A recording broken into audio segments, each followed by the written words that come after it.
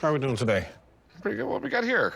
I have a military document from the 1800s signed by the Benedict Arnold. Benedict Arnold. I mean, that's basically a bad word. If your last name was Arnold in this country ever since the 1780s, you didn't name your kid Benedict. I'm looking to sell my military document from the 1800s signed by Benedict Arnold. There's a small split down the middle where it's being folded, but overall, I think it's pretty good condition. I stumbled upon this document when I was in New York at an antique store. Today, I'm asking $3,000. I feel there's a collector out there that would appreciate it way more than I do. It's very interesting, I'll tell you that. Okay. Benedict Arnold, he was a pharmacist. Ended up becoming an apprentice to an apothecary, and him and some partners bought some ships. They were doing a lot of trade with the East Indies and some other places, and he began to get really, really tired of British taxes. Joined the Sons of Liberty in the 1760s and became a huge hero in the Revolutionary War. But from all accounts, he was always angry, never thought he got the respect he deserved.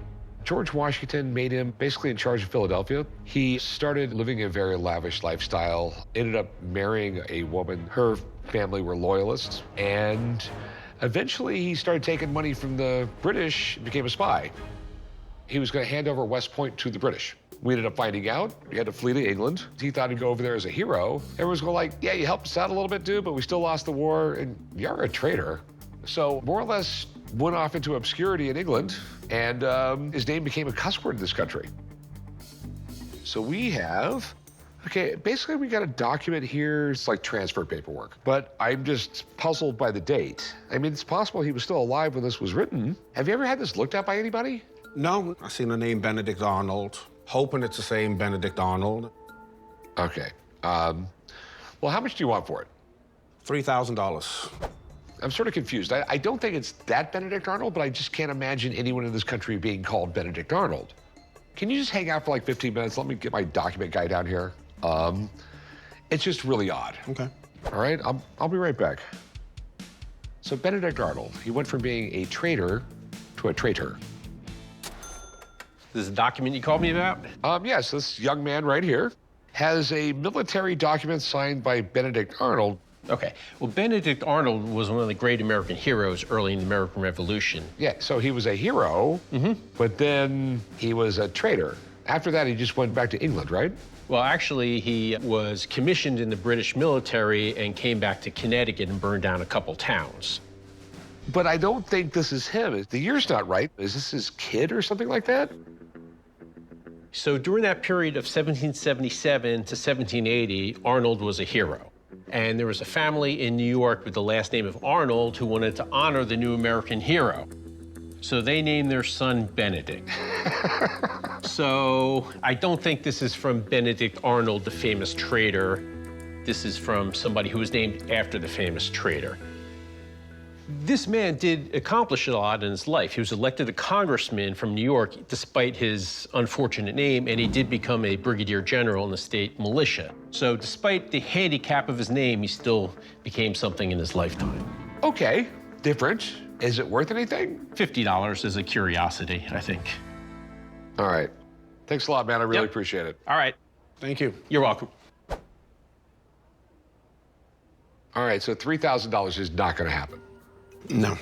But I am more than willing to give you the full $50 value of this thing. I mean, it's disappointing it's not the real Benedict Arnold, but I think just as a conversation starter, I'd have to turn down the $50. All right. If you change your mind, come and see me. Definitely. I'll have $50 for you. Okay, thank you. There's only two good Benedicts, Cumberbatch and eggs. What do we got here? You've got my sword collection, Roman, that is. Okay, where did you get them? Through my father, from his father. Okay, because you don't look old enough to get these when they were new, so. No, I did not. I'm looking to sell my Roman gladius sword. I also have two Pugio daggers. These are all from the Roman era, some earlier, some later. The overall condition is very good. It looks good, they're great display pieces, and these items are quite sentimental to me, and now I just keep them in a case, and it's not the right thing to do. So, as being a history buff, I would like it to be on display, and I would like somebody to enjoy it. This is cool. 2,000 years ago, the Romans basically had the best armies because, well, first off, they were professional. When you joined the Roman army, you had to sign up for 25 years. Absolutely. Okay? And you're actually promised a pension at the end of that. But your life expectancy at 18 was like 35. So very few people ever got their pension. And at one point, I think they had close to 1 million troops. So they ruled the world. Okay, so this is a gladius, okay? Basically the perfect sword for the type of warfare they had. They figured out this was the perfect length, the perfect thickness, everything about it. The Romans, they had their really large shields, and a big long sword wouldn't work because, you know, part of their fighting stance was to go over the shield like that. And if you're a highly trained army with shields like that, long swords don't work. This right here looks like a Pugio. That would be a small knife that people would carry around. It was illegal to carry one of these in Rome. And the amazing thing is, I mean, the blade looks like it could be made out of steel. If it's real, it's a really nice one. And this right here, I have no idea. It's an odd size, odd shape. The lines down it right here don't look like they serve a purpose. They might be decorative. That I have no idea. Absolutely. Okay. Now the big question, how much you want for them? With the Pugio, I'm looking for 7,000 on this. I was looking for 3,000 on the sword, and I was looking at 2,000 on the, we're not sure what it is. Okay, so I'm gonna call my guy who can tell us if they're real. He can X-ray them, he can do everything on the spot. So if you don't mind hanging out? No, not at all. All right, I'll be right back. Fantastic. I can picture Chum fiddling as Rome burns.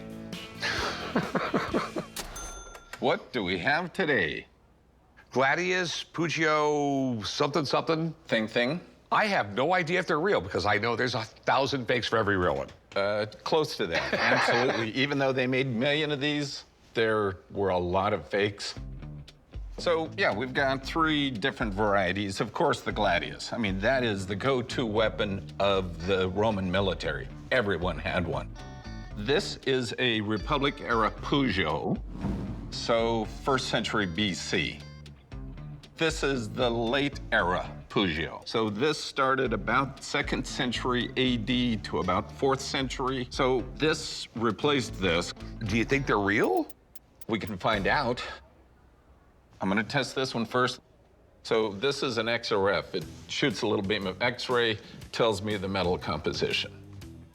So as we see, we've got 98% iron, which it should be. The next number is magnesium. That shouldn't be there.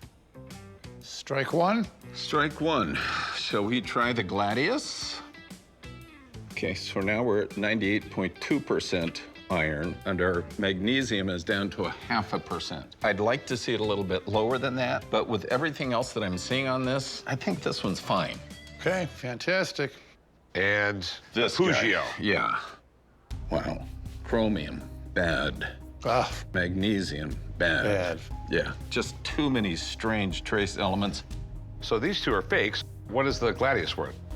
I'd retail this at about 4,000. Okay. So not a bad number. Okay. Beautiful piece. You're the best. Thanks, man. Okay, Rick, take care. Thank you. You bet.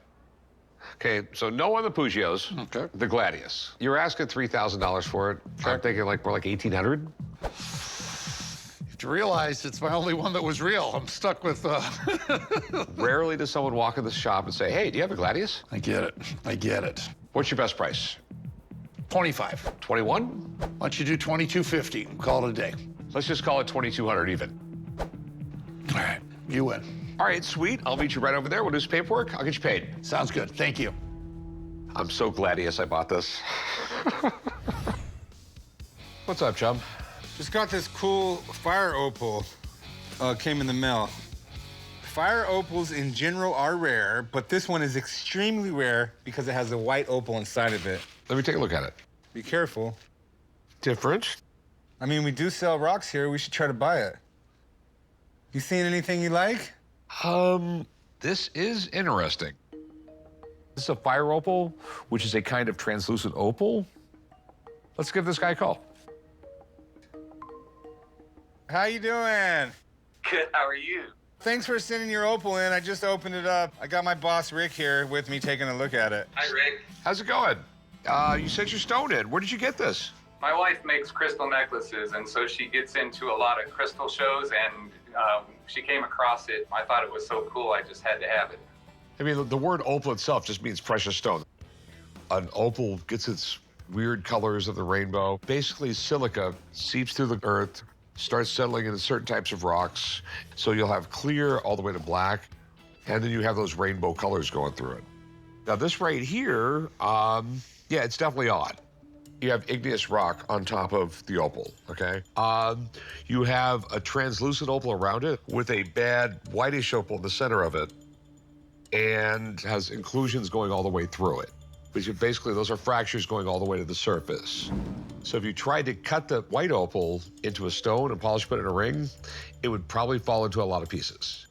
And you're not gonna be able to get a good stone out of this. Okay, and I know it's odd to have a white opal inside a translucent opal, but you have a bad stone in the center of maybe a nice stone, but like, you just have the outer edge is nice stone. I mean, it's, yeah, I'm just gonna pass on the stone. I actually love this right here, Rick, because, you know, I collect stuff like this too. You know you can't turn that into a piece of jewelry or anything. No, I'm just gonna put it in my marble case.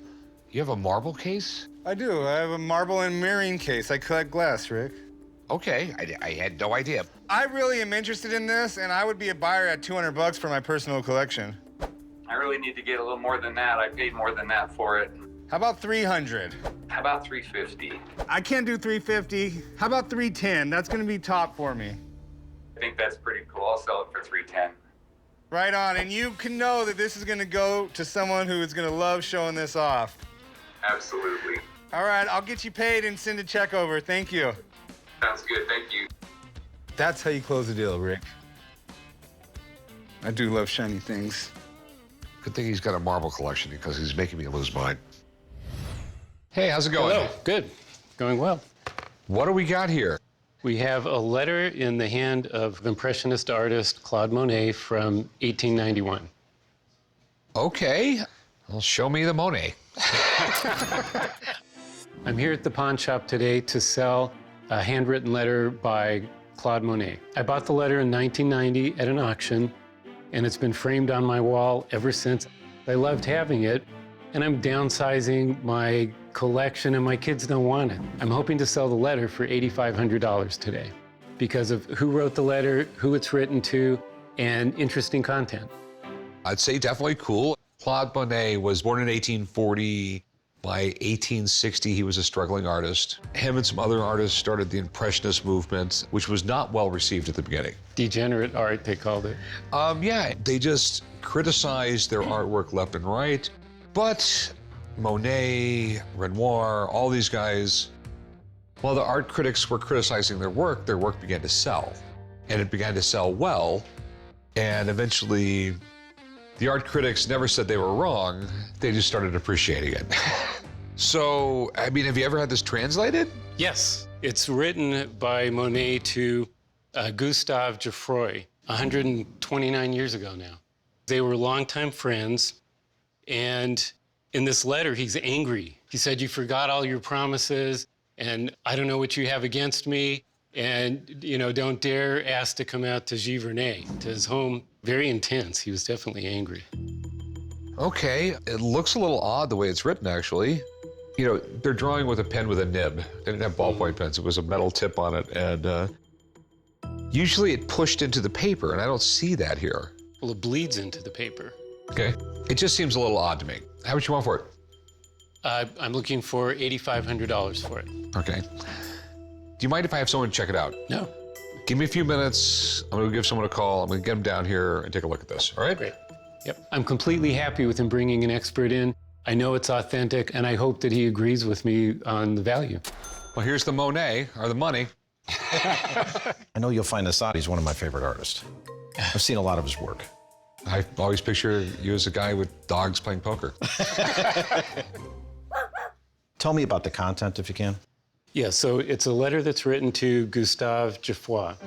He wrote the biography about Claude Monet. They were friends for years, but in this letter, he's angry at him. So I think it's unique. All right, well, what concerns you first off? It looks a little odd to me. There's no real nib marks in this, Okay. which is kind of weird, but I could be wrong. You're the expert, not me. I've seen a lot of his letters. He was prolific for a long time in his life, writing to critics and friends of his and family members. But he had a certain way of writing, and he had a certain way of using the ink.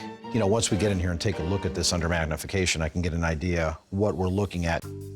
So I'm looking at this, but I see the light and dark variances, Rick.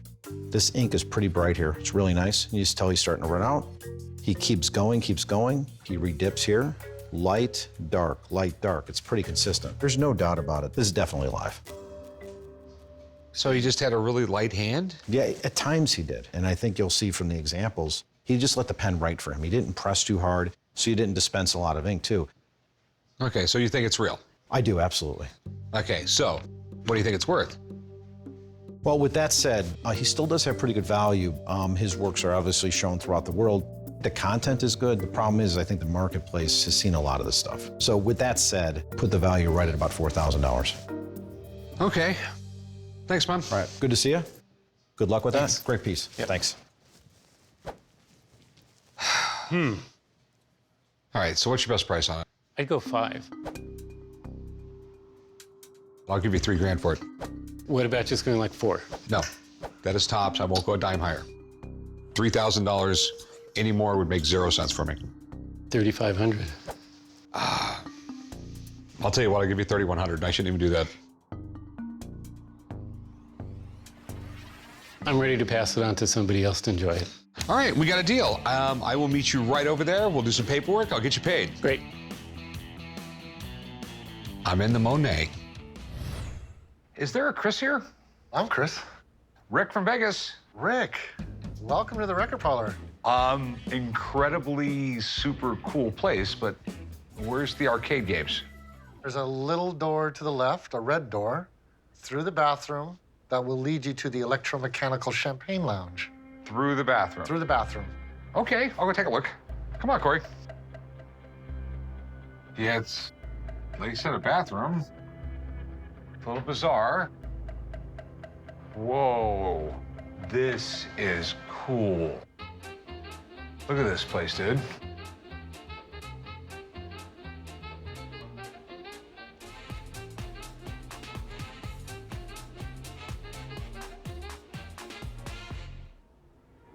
Oh, you got a lot of cool stuff in here. Thanks, Rick. This place is pretty overwhelming. The electromechanical champagne lounge is sort of like magic meets mystery meets carnival, where you could go and play vintage arcade games. The place can only really fit 40 games, and I've got close to 100. It's time to shed some of those games. So I thought it'd be a good time to bring in someone like Rick.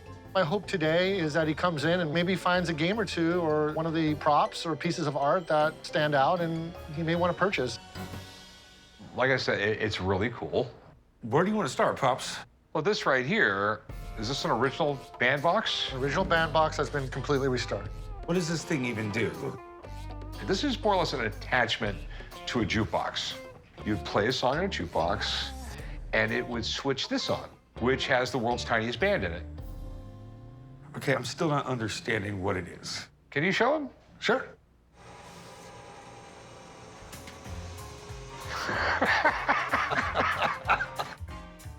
So what would happen is music would play, and this thing would open up.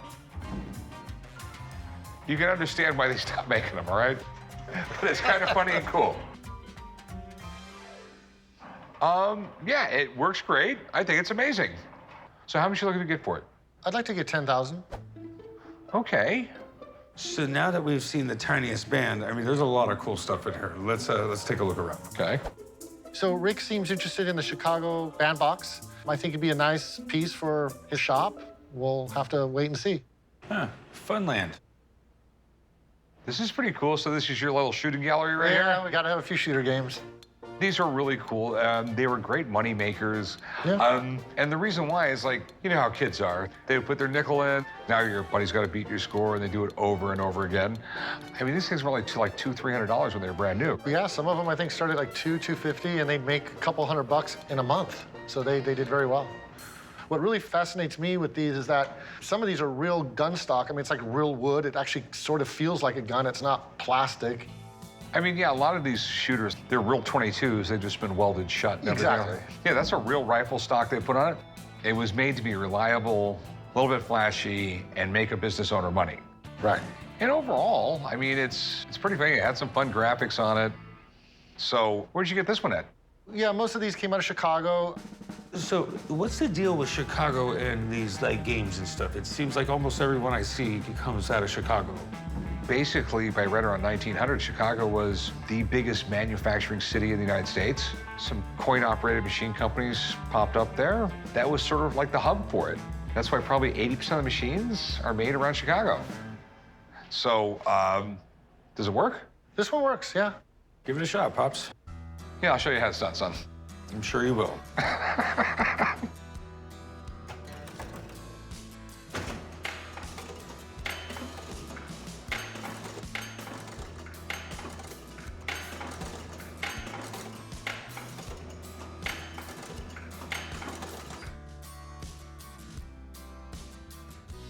How many did you hit?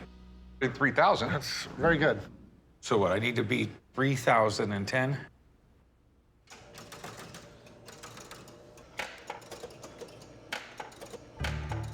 You've scored 0 points so far. You need these?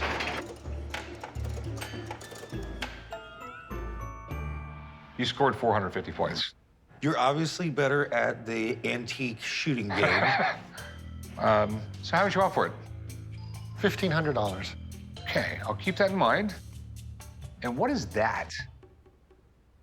It's kind of cool and really scary at the same time. He's amazing. He's got quite a story. The clown is quite special. You know, he's about 100 years old, most likely from Coney Island. He's definitely one of a kind. He's electromechanical, so he has a motor and string that actually moves the eyes and the mouth. You know, the one special thing about this particular clown is he can answer true or false questions. It's a talking clown? He sort of talks. He basically just moves his mouth and his eyes if it's a true statement. Is my dad a bad driver, true or false? I mean, it seems to be right. All right, so you said it's from Coney Island. Once a railroad came to Coney Island, there's developers started developing the land. And literally by the turn of the century, by like 1900, it was really successful. So next thing you know, more amusement parks moved in. And they had tons of different rides, the food stands, everything like that. No, Coney Island was absolutely booming until we had the whole Depression thing happen. And a bunch of the parks closed down. You know, it sort of lingered for a while, but past 20 years, it's really come back up. There's a lot of cool stuff there. The cool thing about it, there's a lot of nostalgia there for just about anybody. And that looks like something they would have. I mean, really simple animatronics on it. Super primitive. That's how they did clowns back then. That's a real common theme for the way clowns looked. So where'd you get this? Got it from a guy in Chicago who got it from a family who said it came from Coney Island. Okay, so whole telephone game. So you don't know exactly where it came from? I don't. There's no paperwork? No paperwork, no pictures, just stories of provenance. So it's super cool. What do you want for it? I think I'd like $20,000 for it. Okay. And I think it's worth it. It's really one of a kind. And it's really just a very neat piece for a variety of reasons. It's actually from Coney Island. It'll make it worth more money. It's got a million things going for it, but I know nothing about it. So I got a buddy who lives here in town, Rob, and he deals with odd collectibles. Sure. And that is definitely in the category as odd. Got it. So I'd like to maybe come down and take a look at it. Sure. Just give me 1 minute. I'm gonna go make a phone call. Okay, awesome. I know Rick is going to bring in an expert to establish price on a one-of-a-kind item and see if he's ever seen one before. Well, this young man right here probably has the coolest game room on the planet. I see. I'm interested in that. It's an electrical, mechanical clown head from way back in the day, and he's thinking it might have been at Coney Island, and he wants a big chunk of change for it, $20,000. So I think what we have here, Rick, is an extremely rare piece. They made a few of these for the different amusement parks on the East Coast, and I've only seen one other that was about half the size, and it actually would move its eyes and mouth to certain questions. I think they were true and false questions. Right. Does this one do that? It does.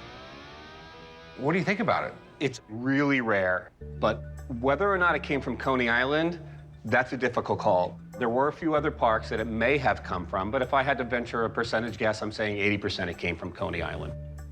So, Rob, what do you think this is worth? Value-wise, there's very few comparables. I'm guessing that if you hung this in your shop, feel comfortable asking somewhere in the neighborhood of $18,000. Okay.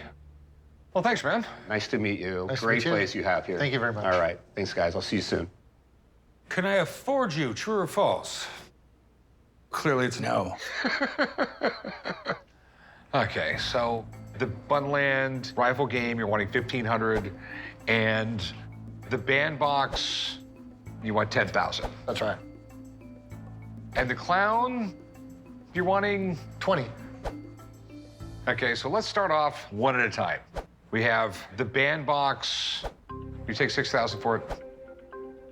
I might come down to like 85 on that. I mean, I give you like $6,500 for it. I mean, the thing is with that, it's really cool, but the collector base for it is small. I think it's gonna have to be a pass. Okay. The shooting game that I destroyed my son in, Clearly. I'll give you $1,000. You'd have to come up a couple $100. $1,100? 1,200, we got a deal. All right, $1,200, we got a deal on that one. Got a deal. That leaves us with the clown. Here's my problem with the clown. There's a lot of questions there. I don't like to buy things where it's an 80% chance it was from Coney Island. Right. But if I get a picture of that thing in front of a fun house at Coney Island or something like that, I will call you up. I'll probably pay you your asking price. Okay. But if I can't find it, I'm gonna have to pass. Fair enough. So I actually have the rifle target game. And you know what, son? Maybe you could practice on it. We could have some real competition. Okay? I'm gonna go to my car. I'm gonna get a checkbook. I'll be right back. Okay, thank you. Is my dad the only person in the world that still writes paper checks, true or false? Hey, how's it going? Fine, how's it with you? I have this wonderful box of Gomer Pyle bubblegum cards. And it's full. It is. Shazam. And it's, exactly. My family had a hobby shop, and while I was cleaning out my family's house, I found this wonderful box of Gomer Pyle trading cards. So I thought $4,000 would be a good asking price. It's pretty cool that you have a full box of them. I don't know if I would eat the bubble gum. No, I wouldn't have eaten the bubble gum when it was first new. Gomer Pyle. It was a really successful show for years, which I know was on television in the 60s. Yes. It all started when Jim Nabors, the guy who plays Gomer Pyle, he got on Andy Griffith's show, which was like the biggest show on the planet back then. And he was the goofy, well-intentioned mechanic. And people liked him so much, he ended up getting his own show where he went into the Marines. And my understanding is that basically the Marine Corps said, you know, gave him like carte blanche to film as long as you always put the Marine Corps in a good light. I don't know how collectible Gomer Pyle cards are, but how much you want for it? I want $4,000, please. How did you come up with that number? Well, I did a little research, and I did find that the individual packets do run about $110. And then if you want the box, it runs about $400. That's a lot less than 4,000. Well, it's a complete box, though. Sounds like a whole lot of money, and I have no idea if that's correct. I've never had Gomer Pyle cards in the store. I can't even think of something similar. So give me a moment. I'm going to call my buddy. He will know about this. Sure. And we'll go from there. Sounds okay? good. All right. 2 minutes. Okay. I love an expert coming in. If I make a sale, I'll probably invest it more into my Disney collection. Very, very cool. You told me you had some Gomer Pyle cards, and I was hoping this is what they were. but what kind of cards would these be? So basically, they were done on the show, of the show, scenes of the show. And why it was really important at the time period is because you can't go back and rewatch the episode in this time period. So for you to actually go back and reconnect with the episode, you had to buy the cards. These sold really well, which is part of the reason why it's unique to actually find a complete box that's been unopened. So sports cards were the king at the time, but card companies were looking for a way to diversify. And Fleer was one of the first ones to start licensing cards with actual TV properties or even movie stars. They would kind of shoot at everything and see what landed. Yeah. Throw it against the wall and see what sticks. Exactly. So what do you think it's worth? So it looks like, everything seems to be nice, tight seals on the pack. That's important. The box condition is really nice. And if you look at it, it's got sharp color. It's got sharp corners. I think in the condition, I think that you'd have no problem getting $3,200 for this entire set, Rick. Wow. Okay, so a lot less than 4,000. It is. Okay. It is. I appreciate it. If Yeah. I buy them, I'll give you a call. Yeah. Thanks, Rick. Appreciate cool. it. Have a good Thank day. you. I think this is a great buy for the shop. It's TV memorabilia. Because it is a complete full box, it's one of those items that's gonna draw some attention. You're gonna have someone that's gonna have to have this box of cards. All right, 4,000 ain't gonna happen. I can't Okay. make no money at 4,000, Sure. and I'll give you 1,800 bucks. 25? No. I think that's a reasonable number because I'm gonna have to resell these things. Sure. He says I can get around 3,200, which means I can get more or less. Of and course. I'll give you 1,800 bucks. It's a very odd item. I don't know how quick it's gonna sell. It could sell tomorrow, but it's an odd item. I really can't go less than 25. Okay, I go 1,900. Really, 25 is the lowest I can go for it.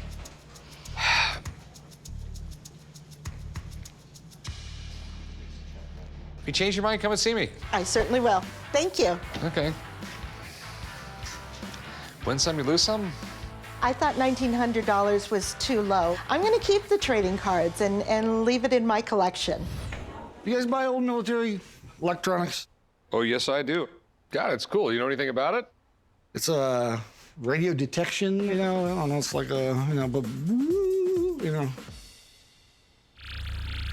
I'm known as the Wizard of Odd. I love odd things. I've plugged it in, and this thing just kind of hums and buzzes and gets hot. It sounds like it's trying to contact someone from outer space. I mean, what the heck does it do? I'm assuming it's probably World War II vintage. I imagine it is for detecting radio signals, kind of like a really basic GPS. But once you take these screws out, that's where the story starts to unfold.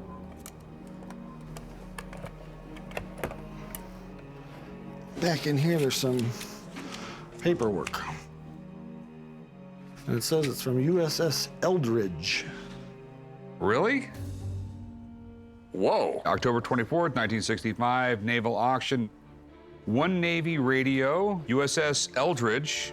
For years, there's always been the talk of the Philadelphia experiment. I've heard of it, but I don't understand it. Basically, they tried to come up with a cloaking device for a ship. Some conspiracy theories are that they were using magnetism to bend light, and that would have made it invisible. There's stories that they had the ship in the harbor there, and it disappeared, appeared in Norfolk, Virginia, and then came back to Philadelphia. No one knows what really happened, but that's what they say. You guys are tripping me out. The Philadelphia experiment most likely didn't happen. Not only does the Navy deny ever doing it, but even if they did try, I'm sure it breaks some law of physics. Date accepted 10 of 1942. That means this was on the USS Eldridge during the Philadelphia experiment. Wow. How much you want for it? I'd get a couple $100 out of it. World War II radio stuff could be worth a lot of money. It's cool that it was on that ship, but it was sold in an auction for $9. Make me an offer over $9, come on. Hell, I'll pay 10 bucks for it. I mean, it's the Philadelphia experiment. Again, there's not a lot of proof that anything happened. Come on, 15 bucks. All right, deal. Shake? Sure. When they started talking about top secret something, da-da-da, Philadelphia, I thought, boy, lucky me. Not today.